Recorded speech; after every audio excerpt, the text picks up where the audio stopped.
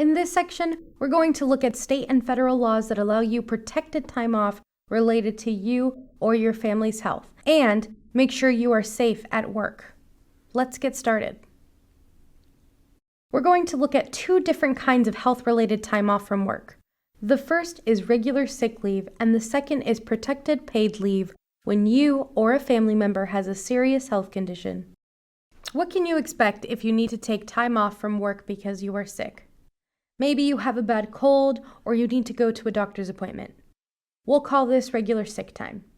If you are working in Portland, your employer must provide paid sick time if they have at least 6 employees. Outside of Portland, paid sick time is required for employers with 10 or more employees. For smaller employers, sick time is still protected, but it may not be paid. By the way, this protected sick time also applies if you have to take care of a sick family member. What does it mean when we call sick leave protected?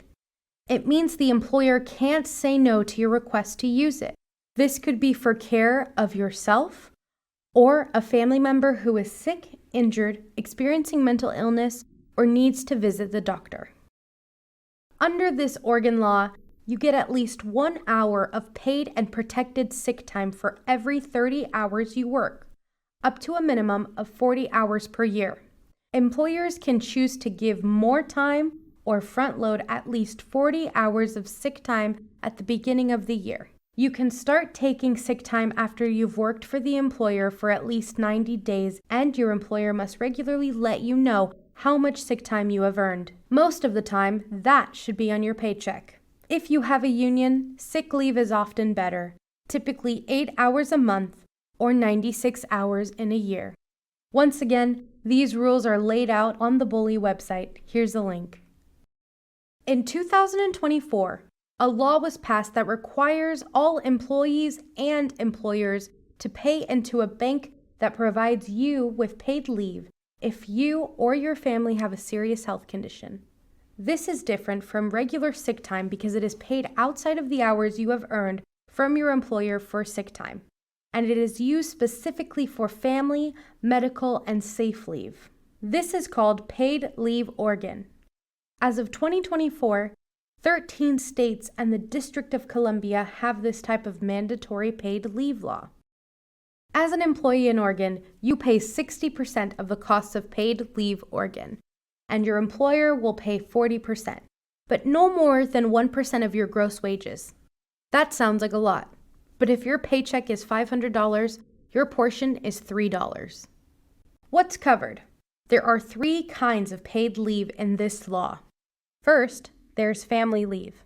This includes taking care of a family member with a serious illness or injury, as well as covering the birth of a baby, the adoption of a child, or the placement of a foster child. Second, there's medical leave. This is to care for yourself when you have a serious illness or injury. A serious illness or injury is one that lasts at least 3 days and prevents you from doing your job. For example, the sniffles wouldn't be considered a serious health condition, but getting in a car accident could be. Third and last, you can use Paid Leave Oregon for safe leave. This is for survivors of sexual assault, domestic violence, harassment, bias crimes, or stalking. You can find out more about Paid Leave Oregon here.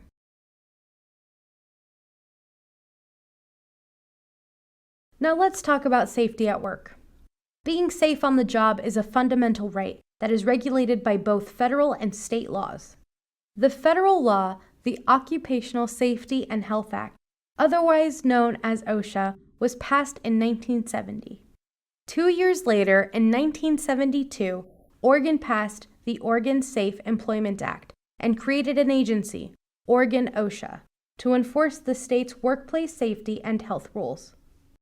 Any state can pass stronger health and safety laws than the federal government's rules. Oregon's safety laws are divided into 4 areas: general occupational safety and health, construction, agricultural, and forest activities. We'll focus on the general occupational rules, but always check since there may be different rules in different fields of work. This general category includes topics like walking and working surfaces, environmental controls, hazardous materials, and personal protective equipment, or PPEs. You may remember PPEs being a very big issue during the COVID-19 pandemic. Healthcare professionals and other essential workers often did not have access to the PPEs they needed to do their jobs safely. There are many more areas covered by OSHA laws, as you can imagine, since every worksite has the potential for being unsafe. Let's focus on safety when you're working in the behavioral health field. Here are 5 personal safety tips for this field. Pay attention to your surroundings. Remove objects that could be hazardous or used as weapons. Place yourself between the door and the client. Assess the client's history for potential violent behaviors. Ask about safety and crisis protocols and procedures. Make sure you have other staff on site and that your team has an active, up-to-date safety and crisis plan. And ask your supervisors about panic buttons. Guard your privacy.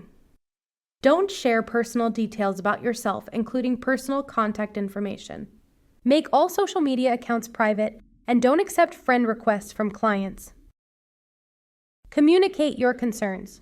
Supervisors, managers, and your union rep can support you with any safety concerns you may have at the workplace.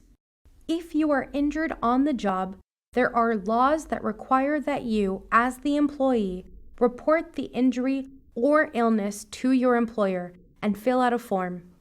The employer is required to send that form to their workers' compensation insurance carrier within 5 days. If you have to get medical help, let your doctor or provider know that it is a work-related injury. Click on this link if you want more detailed information. We'll also include it on our resources page.